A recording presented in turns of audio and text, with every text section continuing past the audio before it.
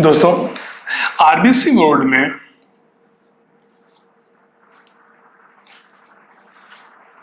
14.1 का first question है अपने पास कि उस रेखा के दिक्कोजें याद कीजिए जो निर्देशांकों के साथ समान कोण बनाती है, या किसी रेखा के दिक्कोजें याद कीजिए जो निर्देशांकों के साथ क्या करती है, समान कोण बनाती है। तो अपने को एक ऐसी रेखा की दिक्कोजें याद करनी है जो निर्देशांकों के साथ क्या करे, समान कोण बनाए। तो क्या करता हूं मैं कि एक 3D निर्देशांक तंत्र कुछ इस तरीके का लेते हैं अपन। ये अपने पास एक्स अक्ष हो जाएगी, ये वाई अक्ष, ये जेड अक्ष, ये मूल बिंदु। अब एक ऐसी रेखा के दिक्कोजें याद करनी है। मानते हैं कि वो रेखा मूल बिंदु से गुजर रही है, ये कोई रेखा है, ठीक है, अनंत तक जा रही है, इधर से भी आ रही है, कोई दिक्कत नहीं। यहां से अल्फा कोण एक्स अक्ष से, वाई अक्ष से बीटा कोण और जेड अक्ष से गामा कोण बनाती है। लेकिन क्वेश्चन में क्या दिया गया है, अक्षों से समान कोण बनाती है, अक्षों से समान कोण बनाती है। इसका मतलब दिया गया है अल्फा बराबर बीटा बराबर गामा है, अक्षों से समान कोण बनाएगी।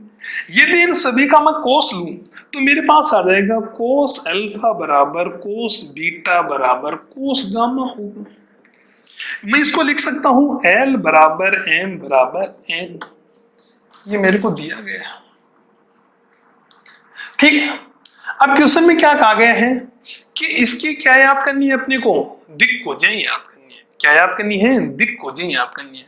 तो हम जानते हैं कि हम क्या जानते हैं कि L square plus M square plus N square equal 1 होता है। तो यहां से अपने पास कि L equal M equal N होगा, तो M और N को भी मैं L मान लूं तो ये आ जाएगा 3L स्क्वायर इक्वल 1। तो ये हो जाएगा कि L इक्वल हो जाएगा L स्क्वायर इक्वल 1/3, तो L इक्वल हो जाएगा प्लस माइनस 1/√3, ठीक है। अब देखो इस कंडीशन में अपन देखते हैं L क्या है, कोस अल्फा। तो यहां से अपने पास क्या आ गया, कोस अल्फा इक्वल हो जाएगा plus minus 1/√3, cos beta equal हो जाएगा प्लस माइनस 1/√3। क्यों, ये बराबर है। इसी तरीके से कोस गामा भी हो जाएगा प्लस माइनस 1/√3। अर्थात इसमें क्या किया गया है कि यदि कोई रेखा अक्षों से समान कोण बनाती है, उस कंडीशन में उस रेखा की जो दिक अनुपात होंगे वो अपने पास होंगे। तो रेखा के दिक अनुपात हो जाएंगे अपने पास प्लस माइनस 1/√3 प्लस माइनस 1/√3, ये इसके दिक अनुपात हो जाएंगे। सेकेंड क्वेश्चन है, दो बिंदु 4, 2, 3 व 4, 5, 7 को मिलाने वाली रेखा की दिक्कोजें व दिक अनुपात याद कीजिए। सेकंड क्वेश्चन अपना है कि बिंदु 4, 2, 3 व बिंदु 4, 5, 7 को मिलाने वाली रेखा की दिक्कोजें व दिक अनुपात याद कीजिए, ठीक है। क्वेश्चन में दिक्कोजें पूछिए, अपन दिक अनुपात भी याद करते हैं, कोई दिक्कत नहीं है। तो यहां से अपन देखते हैं कि इस बिंदु को अपन ने A मान लिया, इसको B, ठीक है। तो बिंदु A के निर्देशांक है 4, 2, 3 व बिंदु B 4, 5, 7, ठीक है। अब यहां से एक बात जानते हैं कि दो बिंदुओं को मिलाने वाली रेखा के दिक अनुपात, बिंदु x1, y1, z1 व x2, y2, z2 को मिलाने वाली रेखा के दिक अनुपात A बराबर x2 माइनस x1, B बराबर y2 माइनस y1 और C बराबर z2 माइनस z1 होता है। तो यहाँ अपने क्या करेंगे, इन दोनों बिंदुओं को मिलाने वाली रेखा के दिक् अनुपात ज्ञात करने हैं। तो यहाँ अपने पास हो जाएगा a इक्वल हो जाएगा 4 - 4 = 0, b बराबर हो जाएगा 5 - 2 = 3, c इक्वल हो जाएगा 7 - 3 = 4। तो अपने पास दिक् अनुपात आ गए, क्या आ गए, दिक् अनुपात आ गए, दिक् अनुपात आ गए 0, 3, 4। यदि आपके पास दिक् अनुपात आ गए, ABC आ गए, तो दिक् अनुपात से अपन क्या याद कर सकते हैं, दिक् कोजें। तो दिक्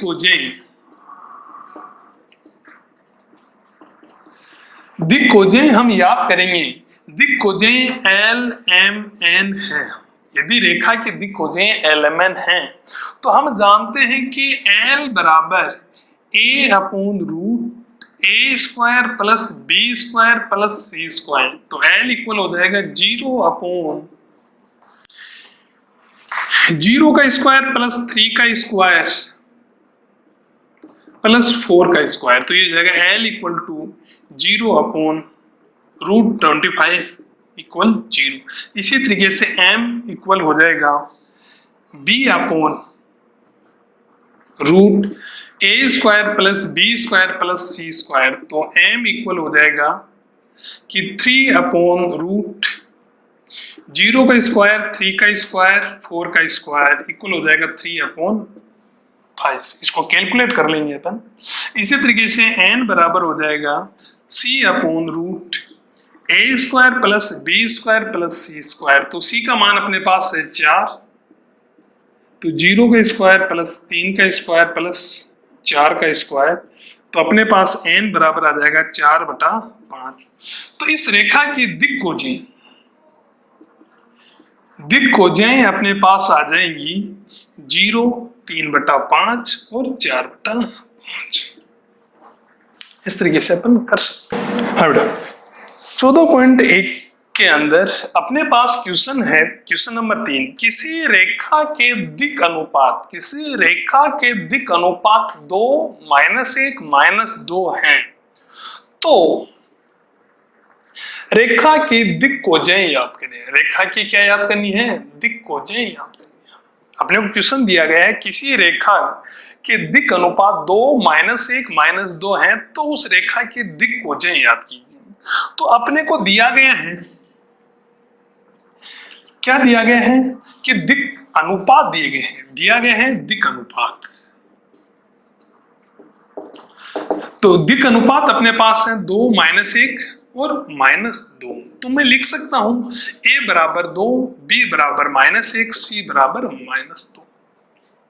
ठीक है दोस्तों, लेकिन हम जानते हैं कि माना LMN दिक् कोजें हैं। LMN क्या है, दिक् कोजें। तो यहाँ L बराबर हो जाएगा plus minus A/√A² + B² + C²। तो यहां से अपन L याद करेंगे, तो L इक्वल हो जाएगा प्लस माइनस A के स्थान पे आप 2 रखोगे, अपोन में आ जाएगा 2 का स्क्वायर प्लस -1 का स्क्वायर प्लस -2 का स्क्वायर। तो यहाँ L इक्वल हो जाएगा प्लस -2/4 + 1 + 4। इसको अपन ऐड करेंगे तो 9 हो जाएगा। 9 का रूट कितना होगा, 3। तो L इक्वल हो जाएगा प्लस -2/3। आप इसको अलग से कैलकुलेट करके रखें, इसकी बार बार आवश्यकता पड़ती रहती है अपने को कि √A² + B² + C²। तो अपन इसको लिख सकते हैं कि √2 का स्क्वायर प्लस -1 का स्क्वायर प्लस -2 का स्क्वायर। तो यहाँ हो जाएगा √4 + 1 + 4 इक्वल हो जाएगा 3। नेक्स्ट स्टेप में अपन क्या करते हैं कि M इक्वल हो जाएगा plus minus B/√A² + B² + C²। तो M इक्वल हो जाएगा प्लस माइनस B का मान अपने पास है -1 और इसका मान हमने अलग से कैलकुलेट करके रख रखा है, तो इसका मान हो जाएगा 3।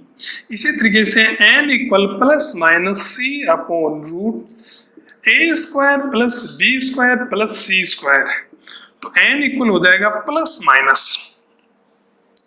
यहां आप ध्यानपूर्वक देखना कि इसको अपन कुछ इस तरीके से लिख सकते हैं। देखो यहाँ कंफ्यूजन हो जाएगा बच्चों को, तो यहाँ मैंने आपको बताया नहीं कि जो ही ये प्लस का माइनस से गुणा होगा तो ये माइनस प्लस 1/3 ये चेंज होगा, क्योंकि अगर यहाँ प्लस का लेंगे तो वहां माइनस का लेना पड़ेगा अपने को, ये चेंज होगा, इसको ध्यान रखना है।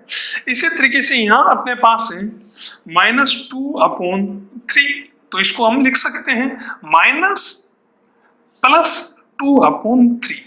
तो अपने पास जो दिक्कोजें आएंगी, दिक्कोजें क्या क्या प्राप्त होंगी, दिक्कोजें,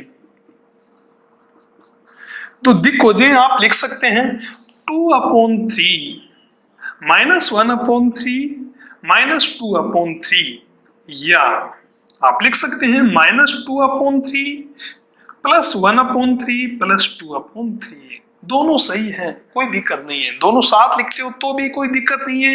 यदि आप यहाँ प्लस माइनस हटा देते हो तब भी कोई दिक्कत नहीं है, दोनों वैलिड रहेंगी।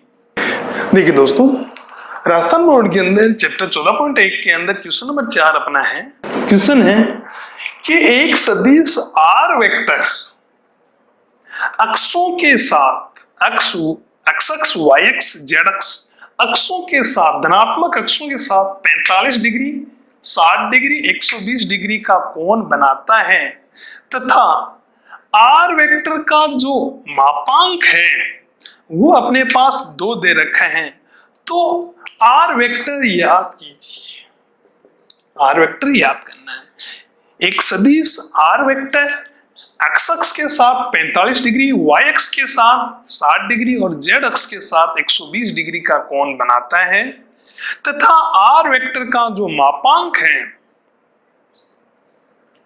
या जो परिमाण है इसका वो दिया गए हैं 2, तो आर वेक्टर अपने को याद करना है।